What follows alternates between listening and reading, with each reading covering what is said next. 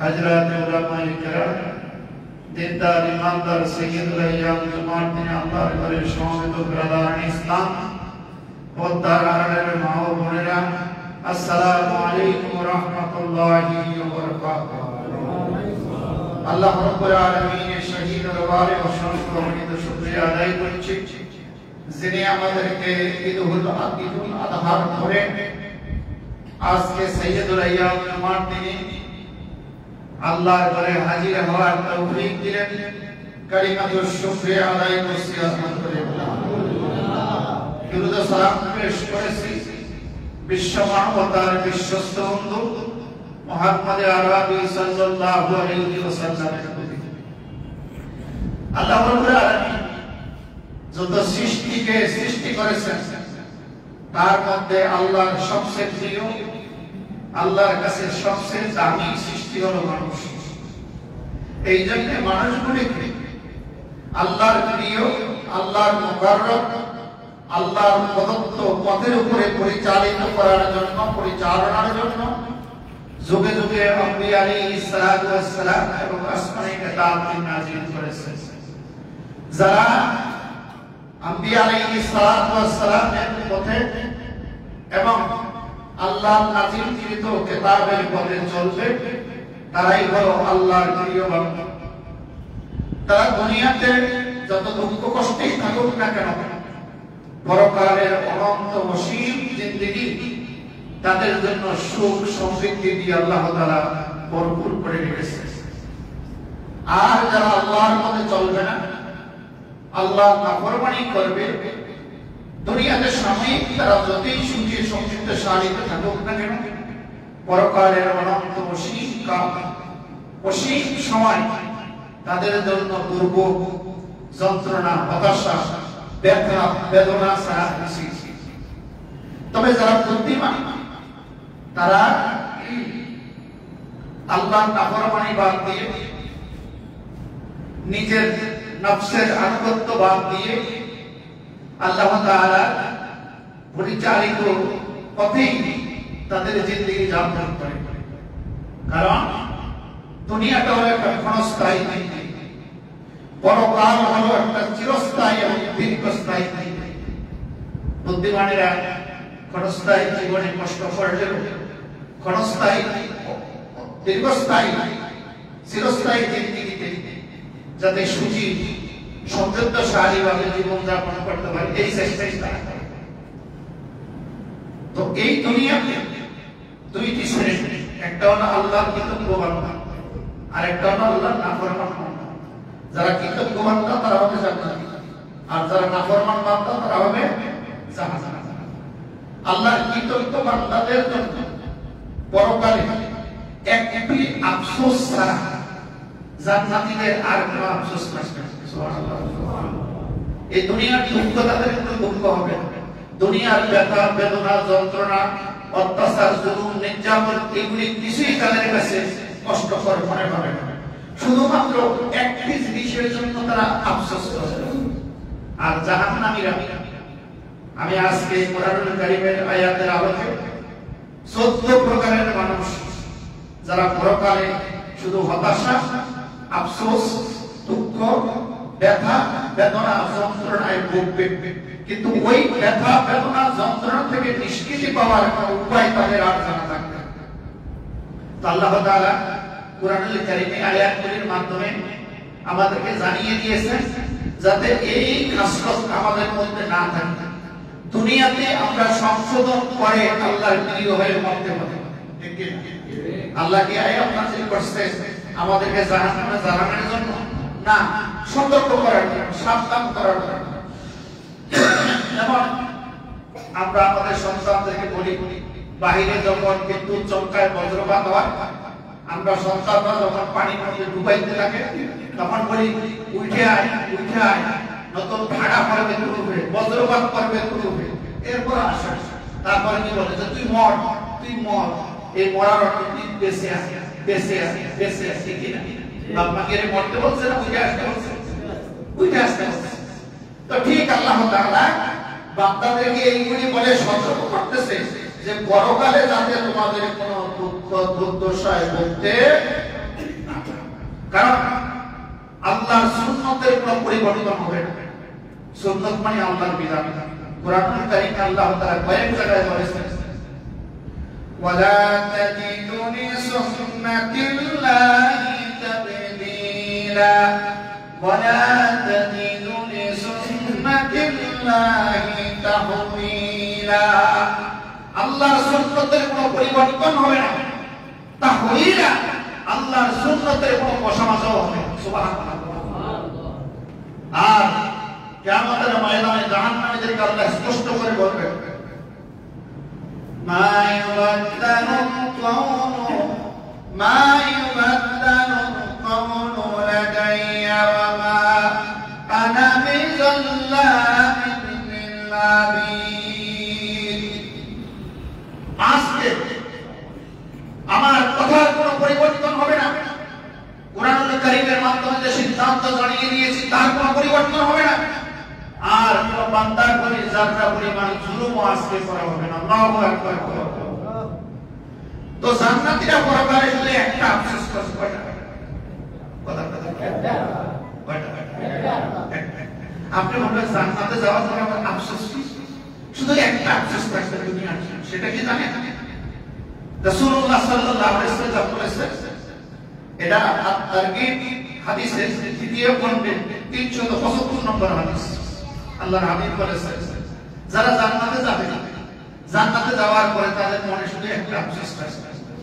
আল্লাহর হাবিব বলেছেন, লাম ইয়াতাহাসসারা আহলুল জান্নাতি ইল্লা রাসাতুম মাররাত বিহিম লাম ইয়াযকুরুল্লাহা তাআলা ফিহা।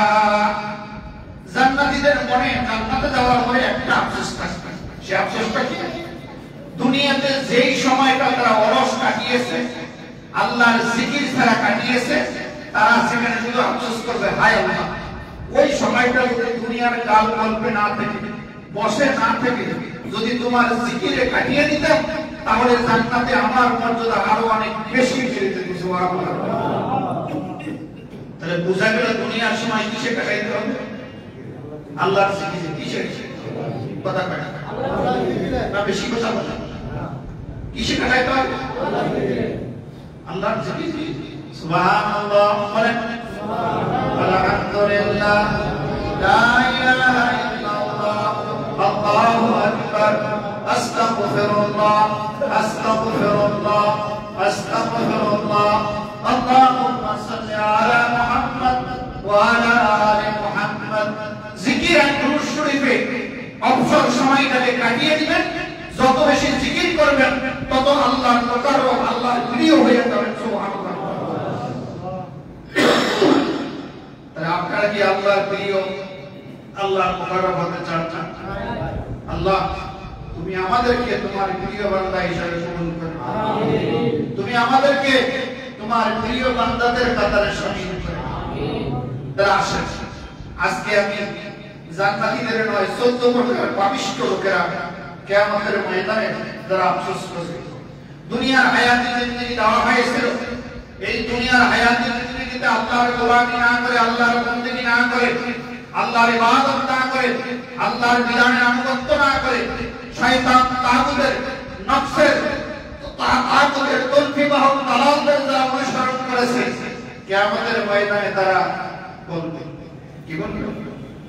এক নম্বর, ওয়ালাউ তারা ইয ইউকিফু আলান নার ফাকালু ইয়া লাইতানা নুরাদ্দু ওয়ালা নুকাযযিবা বিআয়াতিনা রাব্বিনা ওয়া নাকুনা মিনাল মুমিনিন। হে রাসূল, আপনি যদি তাদের অবস্থা দেখতে পেতেন, তাদেরকে যখন জাহান্নামের কিনারায় দাঁড় করানো হবে, জাহান্নামের কিনারায় যখন দাঁড় করানো হবে, তারা চিৎকার দিয়ে বলবে, ফাকালু ইয়া লাইতানা, আফসোস, দুর্ভাগ্য আমার, কপাল আমার পড়ে গেছে, হায় হায়। ইয়া লাইতানা নুরাদ্দু ওয়ালা নুকাযযিবা বিআয়াতিনা রাব্বিনা بنا ونكون من المؤمنين আয় আল্লাহ কবর আমার করে গেছে তুমি আমাকে এই জাহান্নামে নিক্ষেপ না করে আবার দুনিয়ায় পাঠিয়ে দাও আবার দুনিয়ায় কোথায় পাঠিয়ে দাও দুনিয়ায় পাঠিয়ে দাও দুনিয়ায় পাঠিয়ে দিলে কি করব নুকাযিবা ওয়ালা নুকাযিবা বিআয়াতিনা তোমার এই কোরআনের যত আয়াত ছিল যেগুলি মানি নাই শুনি নাই এই কোরআনের আয়াতের বিরোধিতা করে করে আজ জাহান্নামের দ্বার প্রান্তে এসে দাঁড়িয়েছি একটা আয়াত তো আর দুনিয়াতে পাঠায় দিলে অমান্য করব না দাবিটা খুব চমৎকার না কি বলে চমৎকার না আচ্ছা বলেন তো একবার যে মরে গেছে আর কি আর দুনিয়া আসার সুযোগ আছে আছে নাই আমাদেরকে দুনিয়ায় পাঠিয়ে দেবে একটা আয়াত একটা প্রতিবন্ধ করবে যত তোমার বিধানের অমান্য করছি যত আয়াত অমান্য করছি আর কি করবো রব্বিনা ওয়া মাদাদ ওয়া নাকুনা মিনাল মুমিনিন পাক্কা ঈমানদার হয়ে আল্লাহ ফিরে আসে দাবিটা কি আল্লাহ তাআলা কি বলতেছেন যারা এমন দুষ্ট এদেরকে যদি আবার দুনিয়ায় পাঠিয়ে দেওয়া হয় তাহলে কি আবার ভালো হয়ে যাবে না আল্লাহ তাআলা জানেন ঠিক তার পরের আয়াতে সূরা আনআমের 28 নম্বর আয়াতে আল্লাহ বলেন বাল বাদালাহুম মা কানু ইয়াকফুনা মিন ক্বাবলু ওয়া লাউ রুদ্দু লা'াদু লিমা আনহু ওয়া ইন্নাহুম লাকাযিবুন এতদিন তারা আল্লাহর যে বিধানকে গোপন করে রেখেছিল অমান্য করেছিল ঠিক তাদেরকে যদি আবার দুনিয়ায় পাঠিয়ে দেওয়া হয় তাহলে লেমা আনহু তাদেরকে যা নিষেধ করা হয়েছিল ঠিক তাই আর কি হবে ওয়া ইন্নাহুম লাকাযিবুন আল্লাহ তাআলা বলতেছেন এরা পরস্পর মিথ্যাবাদী এইজন্য আপনারা দেখবেন দুনিয়ার নাফরমানগুলি যখন অসুস্থ হয় যেই কারণে অসুস্থ হয়েছে এরা তখন তওবা করে আল্লাহ আমি আর এই কাজ করব না করে কিনা হুজুর দেখে আমি তওবা করি যেই দেখে যে অবস্থাটা একটু ভালো শরীরটা একটু ভালো ভালো লাগতেছে হুজুর পরে ডাকেন তওবা পরে করে শরীরটা একটু ভালো লাগতেছে এরকম না হয় না সূরা যখন চুরি করতে করতে দুষ্কৃতি করতে করতে তওবা করে ঘুষখোর সারা দেশের মানুষের ভাইয়ে গিয়ে ঘুষ খায় সাক্ষী যাওয়ার পরে তওবা করে আমি আর ঘুষ খাবো না তো তোমার তো সাক্ষী নেই আর ঘুষ খাইছো আর ঘুষ খাওয়ার সুযোগ আছে নাই ঠিক এই তওবা করে ঠিক তাদেরকে যদি আবার চাকরিতে বহাল করা হয় চুক্তিভিত্তিক তাহলে চুক্তিভিত্তিক গিয়েও চুক্তিভিত্তিক ঘুষ আবার শুরু করবে ঠিক কিনা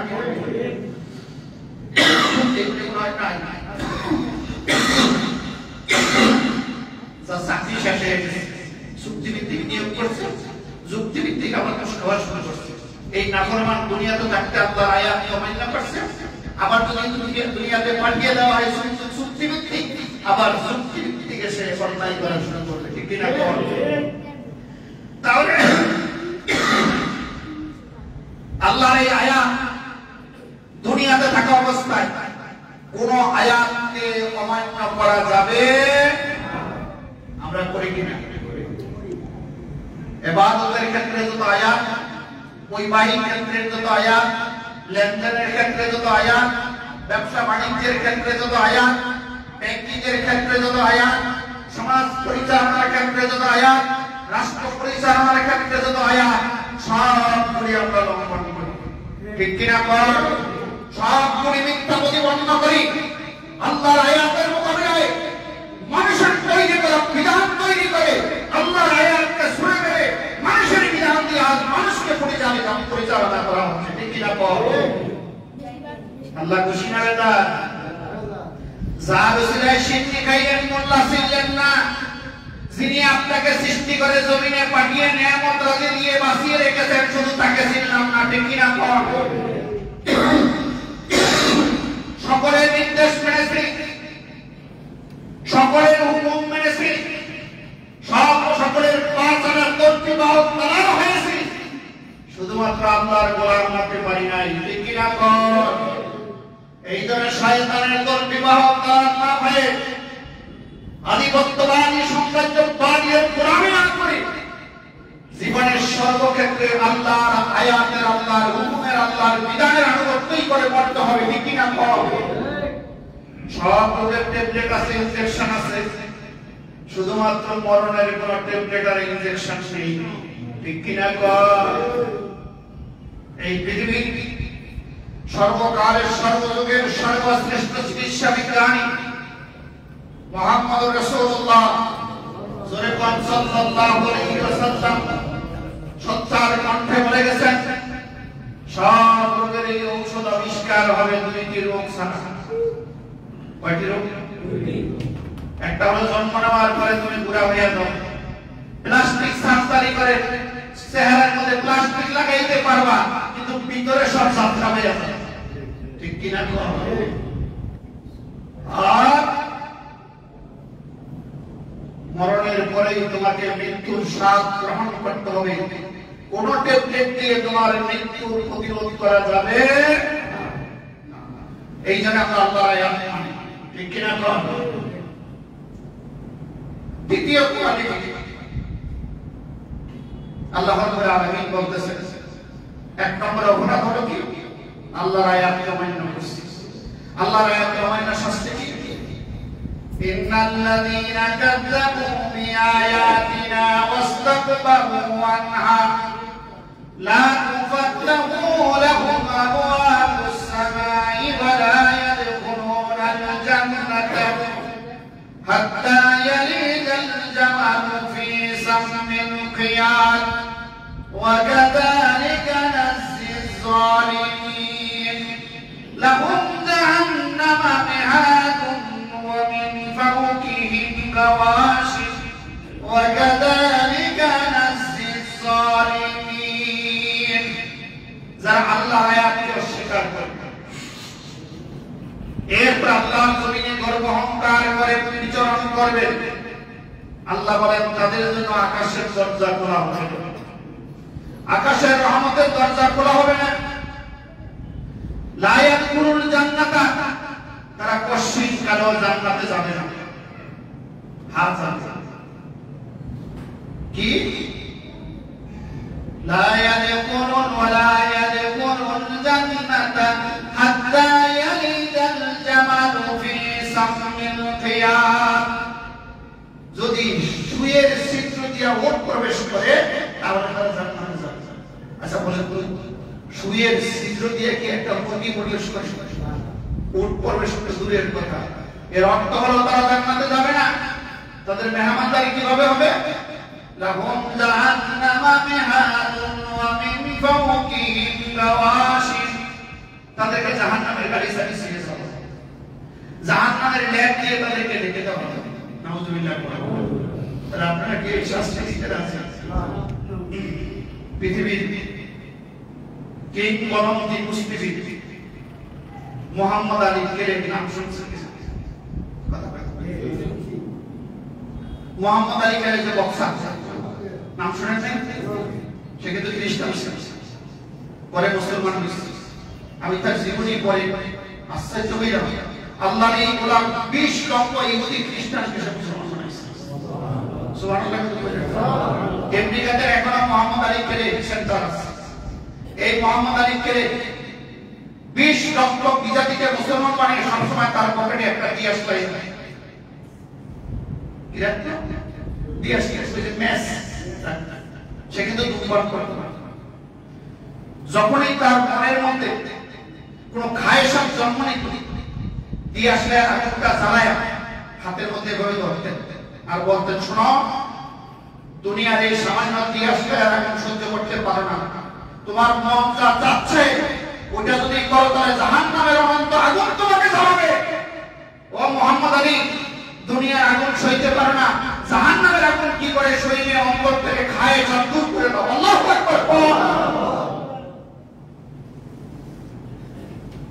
ও আমার রাসূলের উম্মতেরা, ও আমার আল্লাহর প্রিয় বান্দারা, আমি যে কথাই বলতে চাচ্ছি, দুনিয়ার আগুন সইতে পারি না। এই দুনিয়ার আগুনের চাইতে লাখ কোটি গুণ বেশি তেজস্ক্রিয় হলো জাহান্নামের আগুন। ওইটা কি করে সইব একটু ভাবা দরকার, ঠিক কিনা কর। মুহাম্মদ আলীর ছেলে যদি কুস্তিবিদ হয়ে দিয়া সেলাই দিয়া তার নফসকে দমন করতে পারে, আমরা কি পারি না আমাদের নফসকে দমন করে দিতে? তাহলে বলেন, জাহান্নামে যাইতে চান না জান্নাতে যাইতে চান? তাহলে আজ থেকে নফসের খায়েশকে দমন করে দিতে হবে, দমন করে দিতে হবে, ঠিক কিনা কর। কিন্তু দুর্ভাগ্য, নফসের খায়েশ দমন হয় নাই। দিন দিন নফসের খায়েশ বেড়ে চলছে। আল্লাহ আমাদেরকে হেদায়েত দান করেন।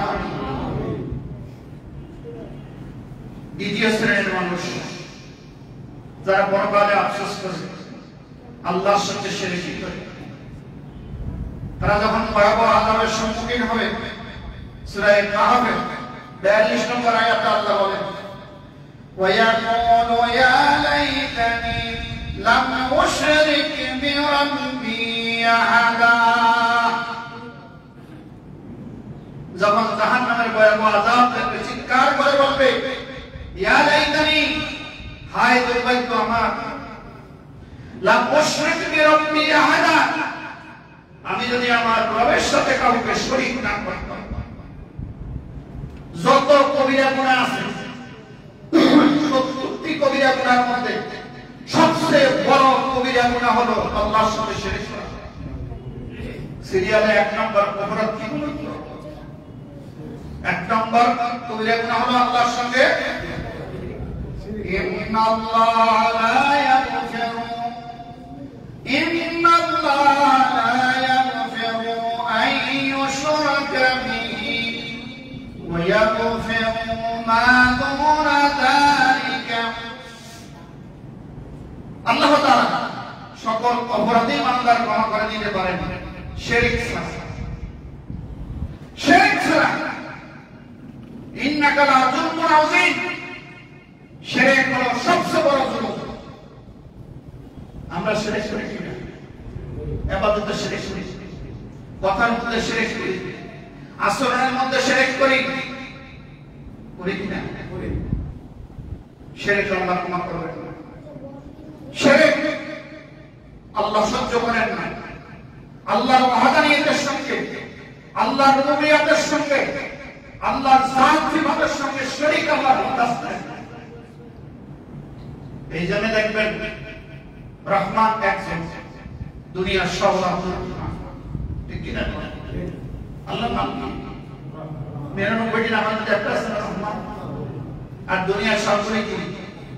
আব্দুর রহমান, ওই রহমানের নাম, রহমানের গোলাম, ঠিক কিনা? হ্যাঁ, রহিম একজনই, আর সব হলো আব্দুর রহিম, ঠিক কিনা? কিন্তু আল্লাহর সঙ্গে আমরা শিরক থেকে দূরে থাকতে হবে। শিরক থেকে দূরে থাকতে হবে। মাজারে গিয়ে সেজদা দিতে দেখি না, আল্লাহর ওলিদের মাজার সামনে বলতে জিয়ারত করবেন, দোয়া কালাম করবেন। কেউ আপনাকে বলে না ভাই আপনি সেজদা দেন, এটা বলছে আপনাকে? আমরা তা করি। এতে ওই কবরে যিনি শুয়ে আছে আল্লাহর ওলি, তার কবরে সেজদা দিয়ে তিনি খুশি হন না বেজার হন? বেজার হন, রাগ করেন। সিলেটের শায়েখ সালাউদ্দিন জালালি আমলি রাহমাতুল্লাহ আলাইহি ইন্তেকালের আগে স্পষ্ট করে বলেছিলেন, আমার কবরের পাশে কোন মহিলা যাতে কোনদিন না আসে। এই জন্য আমাদের বাংলাদেশের যত মহিলা প্রধানমন্ত্রী হয়েছে, একজন তার কবরের কাছে যাইতে পারেনি। সরাসরি পাহাড়ের নিচে বসে আসে, দোয়া কালাম করে আসে, কবরের কাছে কিন্তু যাইতে পারে না। কারণ কোন মহিলাকে কি কবরের পাশে এলাও করেন? তারা কি বলছে? তার কবরের সেজদা দিতে। তারা কি বলছে আল্লাহর ওলিদের নামে মান্যত করতে? মান্যত হবে কার নামে? কথা বলেন আল্লাহ। তারা বলছে যে তুমি আল্লাহর ওলির নামে মান্যত করো। এই যে হাজারো শিরক আছে, শিরক থেকে আমরা বেঁচে গেছি। আল্লাহ আমাদেরকে শিরক থেকে বাঁচিয়ে রাখুন। আমিন। ইবাদত একমাত্র আল্লাহর জন্য, গোলামি একমাত্র আল্লাহর জন্য, আর কারো জন্য জবর সব আল্লাহর নামে। কার নামে? কিছু কিছু মানুষ বাবার নামে গরু জবাই করে, বাবার নামে গরু জবাই করে। মুহাম্মদ রাসূলুল্লাহ সাল্লাল্লাহু আলাইহি ওয়াসাল্লাম আল্লাহর সর্বশ্রেষ্ঠ পয়গম্বর, তিনি কি নিজের নামে গরু জবাই করেছেন? আল্লাহর নামে। তাহলে মুহাম্মদ রাসূলুল্লাহ সাল্লাল্লাহু আলাইহি ওয়াসাল্লাম নিজের নামে না করে কার নামে করছে? কথা কয় না। আল্লাহর নামে। হযরত ইব্রাহিম খলিলুল্লাহ নিজের নামে করছেন আল্লাহর নামে? আল্লাহর নামে। তাহলে ইব্রাহিম খলিলুল্লাহর নামে কুরবানি হয় না, মুহাম্মদ রাসূলুল্লাহর নামে কুরবানি হয় না, বরং তার পক্ষ থেকে কুরবানি হয়। তুমি কোন শরীয়ত দিয়ে তোমার নামে কুরবানি দাও? তুমি কোন শরীয়ত দিয়ে তোমার নামে জবাহ করো? আবার বহু জায়গায় শুনি গরু বাবার কবরের চতুর্দিকে ঘুরা তোয়াফ করা, সাবধান কবর তোয়াফ করে বাবার নামে জবাই করে। এই গরু গোশত খাওয়া হারাম, এই গরু গোশত খাওয়া হারাম। যেই গরু আল্লাহর নামে জবাই হবে না, সেই গরুর গোশত খাওয়া হারাম, হারাম, হারাম। ঠিক কিনা কর? হারাম। তো মুসলমান, আল্লাহ বলতেছেন ওয়ায়াকুলু ইয়া লাইতানি লাম উশরিক বিরাব্বি আহাদা। পরকালে যারা আল্লাহর সঙ্গে শিরক করেছে তারা বড় আফসোস করবে, আফসোস করবে। আর আল্লাহ এই গুনাহ তার ক্ষমা করে দিবে না। এরপরে দুনিয়ার যারা তৃতীয় শ্রেণীর মানুষ চিৎকার দিয়ে বলবে যখন আযাব দেখবে ময়দানে মাহশরে, আর সমস্ত মাখলুকাত সেই দিন ময়দানে মাহশরে উঠবে। একটা গরু যদি একটা গরুকে অন্যায়ভাবে কুটা দিয়ে থাকে, কিয়ামতের ময়দানে আল্লাহ বলবেন তুমি আগে একটা কুটা দিয়ে দাও। একটা কুকুর যদি একটা কুকুরকে কামড় দিয়ে থাকে অন্যায়ভাবে, আল্লাহ বলবেন তুমি ওর একটা কামড় দিয়ে দাও। এই বিচার ফায়সালার পরে আল্লাহ নির্দেশ দিবেন সমস্ত মাখলুকাত জিন এবং ইনসান ছাড়া আজ কিয়ামতের ময়দানে মাটির সঙ্গে মিশে যাবে, সব মাটির সঙ্গে মিশে যাবে। কিয়ামতের এই বিভীষিকাময় আযাব দেখে অপরাধীরা চিৎকার দিয়ে বলবে ওয়ায়াকুলুল কাফিরু ইয়া লাইতানি ওয়ায়াকুলুল কাফিরু ইয়া লাইতানি কুনতু তুরাবা। হায়, আজকে যদি এই জন্তু জানোয়ারের মতো আমরা মাটির সঙ্গে মিশে যাইতাম, তাহলে জাহান্নামের ভয়াবহ আযাবের সম্মুখীন আমাদেরকে হতে হতো না। কিন্তু জিন এবং ইনসান মাটির সঙ্গে মিশে যেতে পারবে না। যারাতিন শাররিয়ারা যারাতিন খায়রিয়ারা তাদের বিচার হবে, ঠিক কিনা কর? তাহলে ওই দিন কি আমলনামা ভারী করতে চান না আমলনামা হালকা করতে চান? নেকের পাল্লা ভারী হোক এটা চান না অপরাধের পাল্লা ভারী হোক এটা চান? দেহে এখনো প্রাণ আছে, দেহে এখনো প্রাণ আছে। দিনের তপ্ত দুপুরে মানুষের ব্যস্ততায় যদি আল্লাহর সঙ্গে মোলাকাত করতে না পারেন, রাতের গভীরে তাম পৃথিবী যখন নিদ্রামগ্ন থাকে, নীরবে নির্বিঘ্নে ওযু করে নামাজ পড়ে সিজদা দিয়ে আল্লাহর দরবারে পড়ে তওবা করেন আর জিন্দেগীর গুনাহের জন্য ক্ষমা চান, আমার আল্লাহ সব গুনাহ মাফ করে দিবেন। এই কাজটা করতে পারবেন না? আল্লাহ আমাদেরকে বুঝার তৌফিক। এই দুনিয়াতে অনেক সম্পদশালী মানুষ আছে, বহুত সম্পদ আছে। ক্লাবের সদস্য হওয়ার জন্য, এমপি নির্বাচন, মেম্বারের নির্বাচন, উপজেলা নির্বাচন করার জন্য বহুত লক্ষাধিক করে টাকা পয়সা ব্যয় করে। এমপি নমিনেশন নেওয়ার জন্য কয়েক কোটি টাকা ঘুষ দেয়। এই কয়েকদিন পরেই শুনবেন যখন নির্বাচন দিতে হবে না, বললে তো আপনি রাগ করবেন, কোরআনের বাস্তব কথাগুলি বলছি, তখন দেখবেন ওরা নমিনেশন দেয় নাই, ওরা দিছে। এই নিয়ে নিজেদের পার্টি অফিসের মধ্যে মিছিল মিটিং গন্ডগোল মারামারি লাগে। এটা মনে হয় লাগে তাই করে। আপনারা মনে হয় দেখেন, এটা মনে হয় বানায় বলছে, এরপরে বিদ্রোহ করে। আরে ভাই, নিজের দলের প্রতি নমনীয়তার দিকে ইনসাফ করতে পারেন নাই, আল্লাহর জাতকে কসম করে বলছি আপনারা জাতির প্রতিও কোনো ইনসাফ করতে পারবেন না, পারবেন না, পারবেন না, ঠিক না? যারা নিজেদের দলের নমনীয়তা বিক্রি করে পয়সা খায়, তারা গোটা জাতির সম্পদকে আত্মসাৎ করবে, গ্রাস করবে, ঠিক না? কম এক একজনের বিদেশে 400, 500, 2000, 3000 বাড়ি। কোথায় পেয়েছে টাকা? এই জাতির টাকা নিয়েছে এরা। এদেরকে যদি বলেন অমুক মসজিদে, অমুক মাদ্রাসায় 10 লাখ টাকা দেবে, তো খুব সমস্যা আছে। কিসে আছে? কথা বলেন, ব্যবসা বাণিজ্য ভালো না, দিনকাল খুব খারাপ চলছে, কিন্তু এমনি নমিনেশন কিনতে গিয়ে 10 কোটি টাকা ঘুষ দেয়। এটা আবার দেশে পয়সা দেয় না, এটা আবার বিদেশে পয়সা দেয়। এটা আবার এখন টাকায় দেয় না, আগে দিত ডলারে, এখন এরকম নামে নাই। আল্লাহ যখন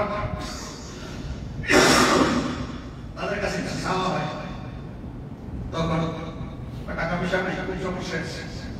এটা মানে আল্লাহ জানে না, জানে কি আল্লাহ তাআলা কোরআন কারীমে বলে, এরা দুঃখ করে বলবো, হায় আগে যদি দুনিয়াতে থাকতে কিছু পাঠিয়ে দিতাম কোরআনের মাধ্যমে। আল্লাহ তাআলা কোরআন কারীমে কত চমৎকার করে বলেছেন, এক একটা আয়াত আলোচনা করে একদিন সময় সময়। কাল্লা ইযা দুক্কাতিল আরদু দাক্কান দাক্কা ওয়া জাআ রাব্বুকা ওয়াল মালাকু সাফফান সাফফা وجيء يومئذ بجهنم يومئذ يتذكر الإنسان وأنى له الذكرى يقول يا ليتني قدمت لحياتي। إذا كان لنا تحتاج كل এটা আরবি শব্দ, এটা কোরআনের শব্দ। সুবহানাল্লাহ, সুবহানাল্লাহ। দাক্কা দিছে, এটা কি শব্দ? কোরআনের শব্দ। দাক্কা, দাক্কা। যখন গোটা পৃথিবীতে একটার সঙ্গে আরেকটা ধাক্কা লাগিয়ে সুলমার করে দেওয়া হয়, ধাক্কাটা কি করে সুলমার করে দেওয়া হয়। সুবহানাল্লাহ। তাহলে বোঝা গেল আমরা বাংলাদেশের লোকেরা কোরআনের ভাষায় কিছু কথা বলি, ঠিক না? وجاء ربك والملك صفا صفا। যেদিন তোমার প্রভু এসে যাবে, আরশে আজিমে সিংহাসনে বিচার ফায়সালার জন্য বসে যাবে, ফেরেশতারা কাতারবদ্ধ হয়ে দাঁড়িয়ে যাবে। ওয়াজিয়া ইয়াউমাইদিন বিজাহান্নাম, ৭০,০০০ শিকল বন্দী জাহান্নামকে টেনে আনা হবে। ইয়াউমাইযি ইয়াতাযাক্কারুল ইনসান, সেই দিন মানুষ আল্লাহকে স্মরণ করবে, সেই দিন জিকির করবে। আর আল্লাহ বলেন ওয়া আন্না লাহুল যিকরা, সেই দিন আল্লাহর জিকির করে কোনো কাজ হবে না। অবস্থা এদিক থেকে তারা বলবে, ইয়াকুলু ইয়া লাইতানি কদ্দামতু লি হায়াতি। হায় দুর্ভাগ্য আমার, এত সম্পদের মালিক আমি ছিলাম, এই আখিরাতে ময়দানে মাহশরে মুক্তির জন্য যদি আগে কিছু সম্পদ আল্লাহর রাস্তায় দিয়ে আসতাম তাহলে কতই না ভালো হইতো। কিন্তু আপনি তো আল্লাহর রাস্তায় যান না, মদ্যশালায়, ক্লাবে, নৃত্যশালায় আর বিভিন্ন আজেবাজে জায়গায় বিভিন্ন কি কনসার্ট, গানের আসরে লক্ষ লক্ষ টাকা দিয়েছেন। আল্লাহর ঘর মসজিদে দেন নাই, মাদ্রাসায় দেন নাই, এতিমখানায় দেন নাই, মানবতার কল্যাণে আপনার পয়সা ব্যয় হয় না। যারা কোটি কোটি টাকা দিয়ে ক্লাবের মেম্বার হয়েছে, কোটি কোটি টাকা দিয়ে এমপি নমিনেশন নিয়েছে, এইগুলি তো বড় বড় সব মাথা হয়ে যায়, ঠিক না? দামি দামি মদ পান করলে গুনাহ মাফ হয়ে যায়, ঠিক না? কথা কথা গুনাহ মাফ হয় না, গুনাহ বাড়ে। এই জন্য এই দুনিয়াতে থাকা অবস্থায় সামর্থ্য অনুযায়ী আল্লাহর রাস্তায় দান করতে হবে। এই সম্পদ যা দেখতেছেন এগুলির মালিক আমি নই। আপনি এখন মারা যান, মারা যাওয়ার আগে একটু অসুস্থ হন, ছেলে যদি 4 জন থাকে, 4 জনের 4 পুত্রবধূ 60 জনের 8 মত, আর নাতি নাতির সহ্য করে মত আছে। কে কোন ফ্ল্যাট নিবে, কে কোন বাড়ি নিবে, কে কোন জমি নিবে, এটা নয় নাই আছে কি আছে। এদেশের সবচেয়ে বড় ধনী ছিলেন, তিনি মারা গেছেন। একজন ছেলে, একজন মেয়ে, একজন স্ত্রী রেখে গেছে। এই 3 জনের মামলার সংখ্যা কয়েকশো। নাউজুবিল্লাহ। এখন অ্যাকাউন্ট আছে। ওই যে বন্ধুকে ওসমান, মদিনা শরীফে গেলে দেখবেন রাসূলুল্লাহ সাল্লাল্লাহু আলাইহি ওয়াসাল্লাম মসজিদে নববীর উত্তর পাশে ওসমান রাদিয়াল্লাহু আনহু জমিতে এখনো এই হোটেল আছে। যত টাকা ইনকাম হয় তার জমি থেকে সব ওসমান রাদিয়াল্লাহু আনহু অ্যাকাউন্টে জমা হয়। কিয়ামত পর্যন্ত এই টাকা মানবতার কল্যাণে ব্যয় হবে। সুবহানাল্লাহ। তাহলে ওসমান রাদিয়াল্লাহু আনহু দুনিয়াতে নাই, তার অ্যাকাউন্ট, তার সওয়াব কিয়ামত পর্যন্ত জারি থাকবে। সুবহানাল্লাহ। এরকম কিছু কাজ আমাদের করা দরকার, ঠিক না? তাহলে বলেন, আপনি সম্পদ আল্লাহর রাস্তায় ব্যয় করবেন না শয়তানের রাস্তায়? আল্লাহর রাস্তায় ব্যয় করবেন। ওয়াজ মাহফিলে টাকা দিন, গানের আসরে না কি কথা কি বুঝাইতে পারছি? কিছু টাকা দেবেন? কোন গানের আসরে টাকা দেওয়া চলবে, কোন ইমানদার দিতে ভাই কি বলি। কতদিন ধরে এই মসজিদের ক্ষতি, একবার আসতেছে দিক দিয়ে ওখানে কনসার্ট মসজিদের এক মুসল্লি দেখি সামনে কাতারে টুপি দিয়ে বসে আসছে।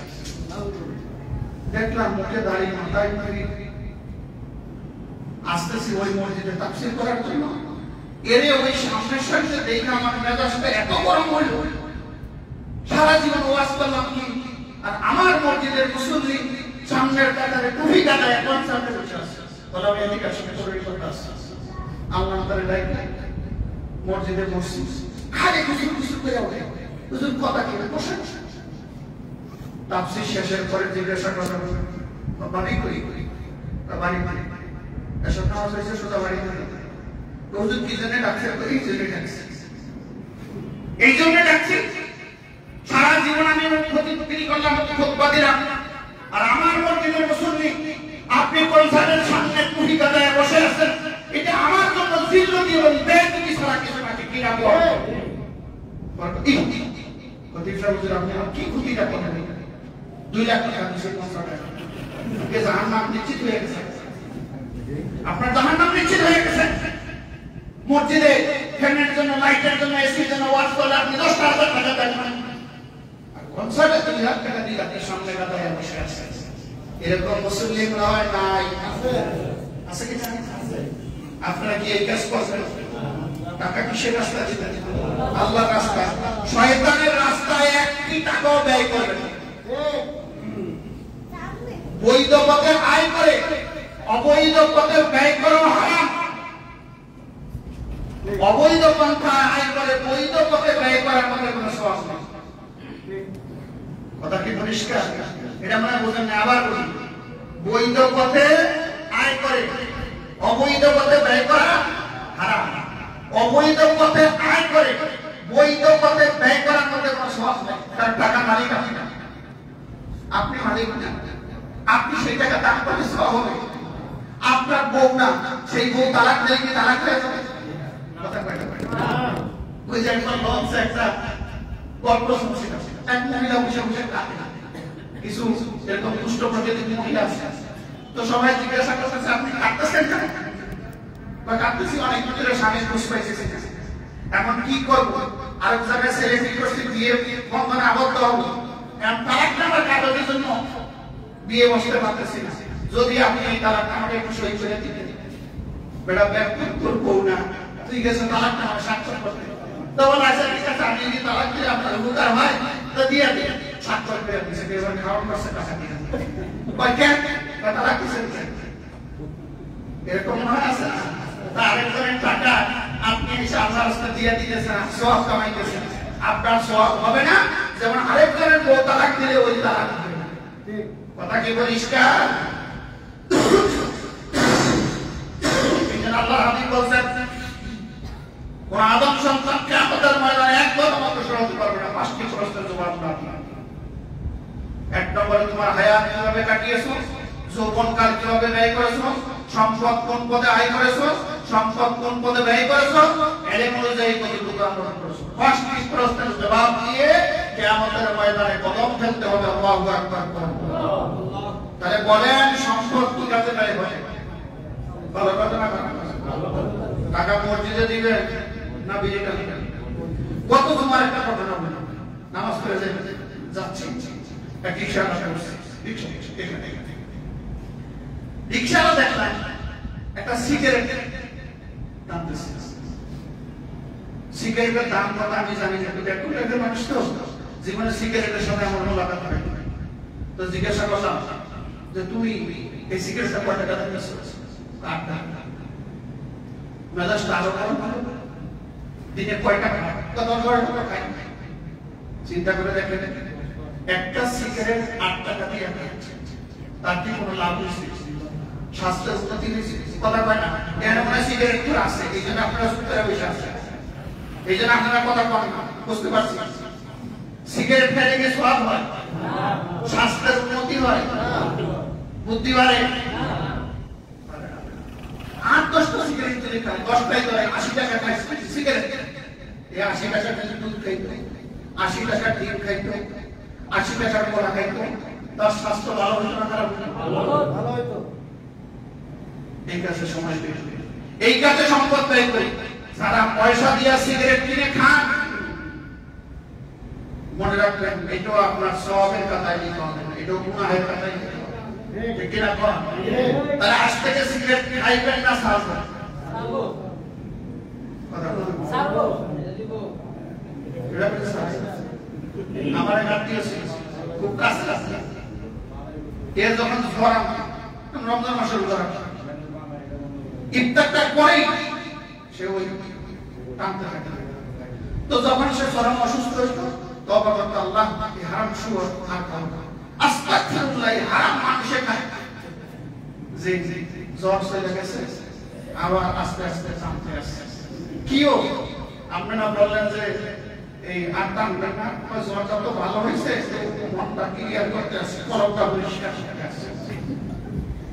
কথা কি বুঝাইতে পারছি?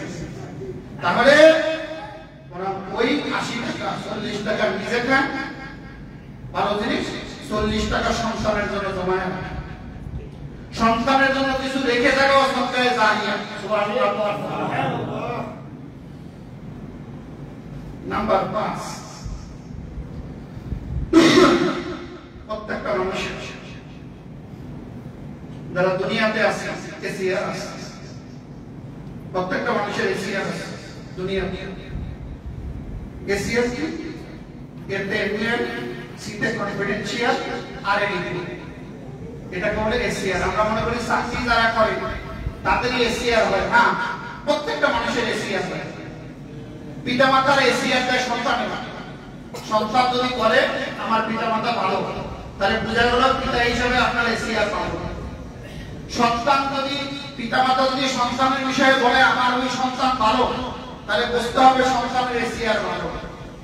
ছাত্র যদি শিক্ষকের বিষয়ে মন্তব্য করে আমার ওই শিক্ষক ভালো, তাহলে বুঝতে হবে শিক্ষক হিসাবে আপনার এসিআর ভালো। আর শিক্ষক যদি বলে আমার অমুক ছাত্র ভালো, তাহলে বুঝতে হবে ছাত্র হিসাবে আপনার এসিআর ভালো। এরকম এসিআর আছে না? স্বামী যদি বলে আমার স্ত্রী ভালো, তাহলে বুঝতে হবে স্ত্রী হিসাবে আপনার এসিআর ভালো। স্ত্রী যদি বলে স্বামীকে আমার স্বামী ভালো, তাহলে বুঝতে হবে স্বামী হিসাবে আপনার এসিআর ভালো। দাদা দাদি যদি নাতিদের বিষয়ে মন্তব্য করে আমার অমুক নাতি ভালো, তাহলে বুঝতে হবে নাতি হিসাবে আপনার এসিআর ভালো। আর নাইনাপুর যদি দাদা দাদি নানা নানির বিষয়ে বলে যে আমার নানা আমার দাদা ভালো, তাহলে বুঝতে হবে দাদা দাদি নানা নানি হিসেবে আপনার এসিআর ভালো। এটা দুনিয়ার এসিআর। এটা কিসের এসিআর? আর চাকরি যারা করে তাদের আবার এসিআর আছে। এসিআর এর ভিত্তিতে প্রমোশন এবং ডিমোশন হয়, কিন্তু ওই এসিআরটা কিন্তু সঠিক হয় না। ওখানে পুরুষ মালপানি বেশি যায়, এসিআর বেশি যায়।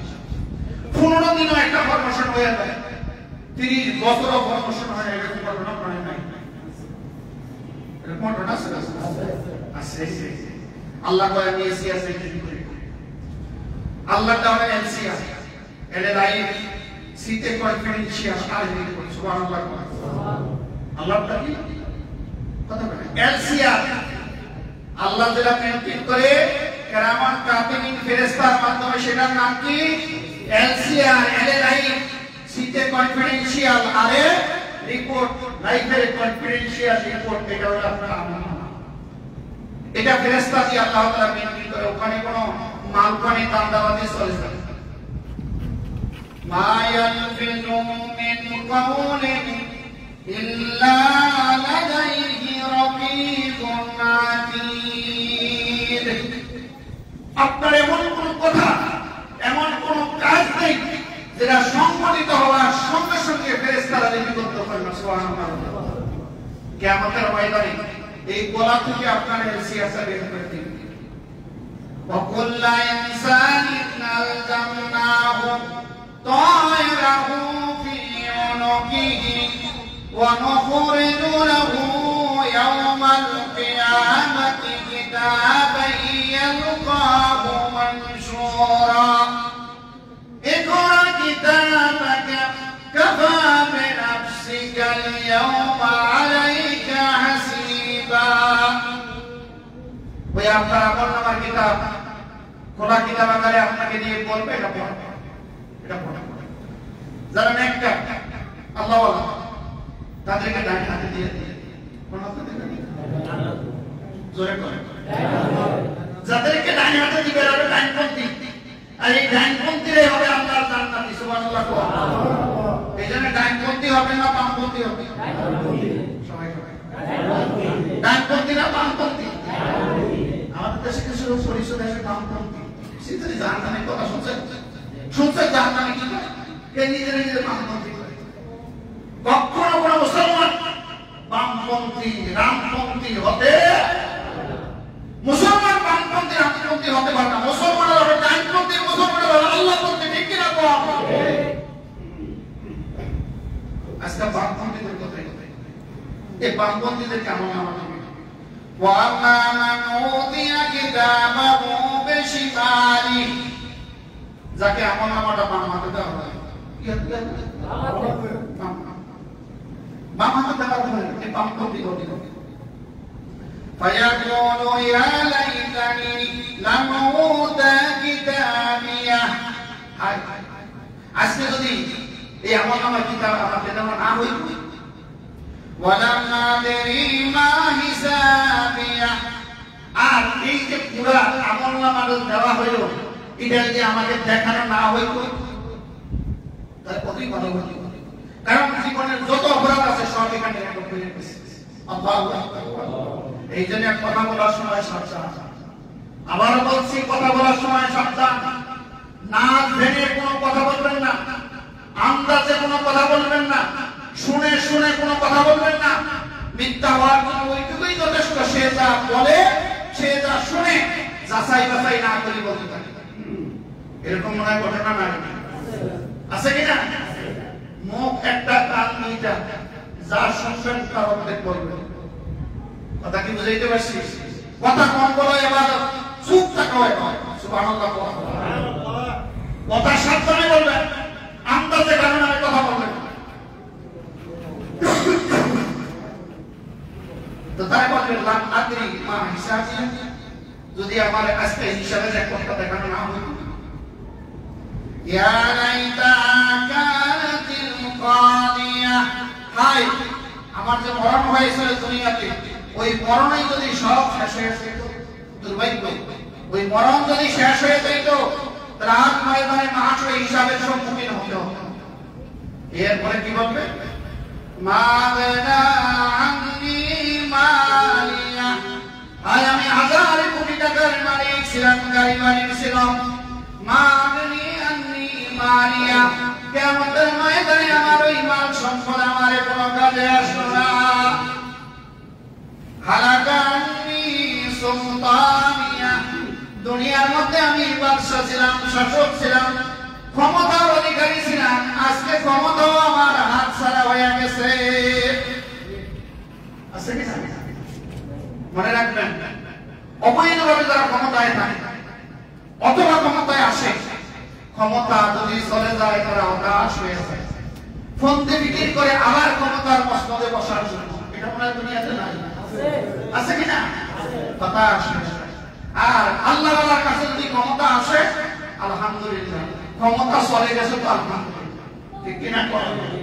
হ্যাঁ, তো চিৎকার দিয়ে বলবে, যদি আমাকে আগে হিসাব দেওয়া না হতো, এই হিসাব যদি আমাকে দেখানো না হতো, হায় মরণ যদি আমার সব শেষ হয়ে যেত, হায় দুনিয়াতে এত সম্পদ রেখে আসলাম, সম্পদ কোনো কাজে লাগলো না, হালাকাত নিয়ে সুলতানিয়া, দুনিয়ার বাদশা ছিলাম, সুলতান ছিলাম, শাসক ছিলাম, আমার এইগুলি আজ কোনো কাজে আসলো না।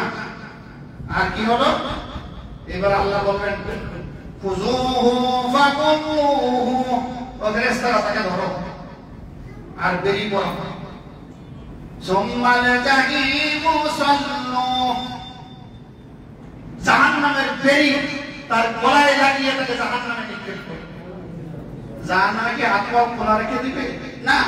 ফি সিলসিলাতিন যারুহা 76 যিরাআ, আল্লাহ বললেন 70 গজ, 120 হাত, 140 হাত জাহান্নামের শিকল দিয়ে পেঁচিয়ে বেঁধে তাকে জাহান্নামে নিক্ষেপ করে। নাউযুবিল্লাহ।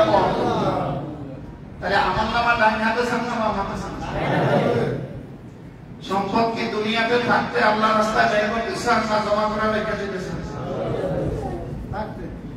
ক্ষমতা থাকতে ক্ষমতা মানুষের কল্যাণে লাগাইতে চান না লুটপাটে লাগাইতে চান?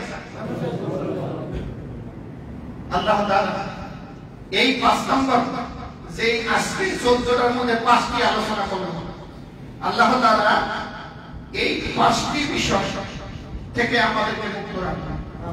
দেহে প্রাণ থাকতে সম্পদ আল্লাহর রাহে ব্যয় করি, জীবন আল্লাহর রাহে ব্যয় করি। ক্ষমতা যদি আমার হাতে থাকে, ক্ষমতা মানুষের কল্যাণে ব্যয় করি, তাহলে ক্ষমতা আপনার আমার নাজাতের ওসিলা হবে। আর যদি ক্ষমতা মানুষের প্রতিশোধনের জন্য ব্যয় করি, জুলুমের জন্য ব্যয় করি, তাহলে দুনিয়াতেও জিল্লতি, আখিরাতে জাহান্নামের অনন্ত আযাবে আপনাকে আমাকে করতে হবে। আল্লাহ তাআলা এই কথা করে আমাকে আপনাদের সকলকে বুঝার তৌফিক দান করুন। আসসালামু আলাইকুম।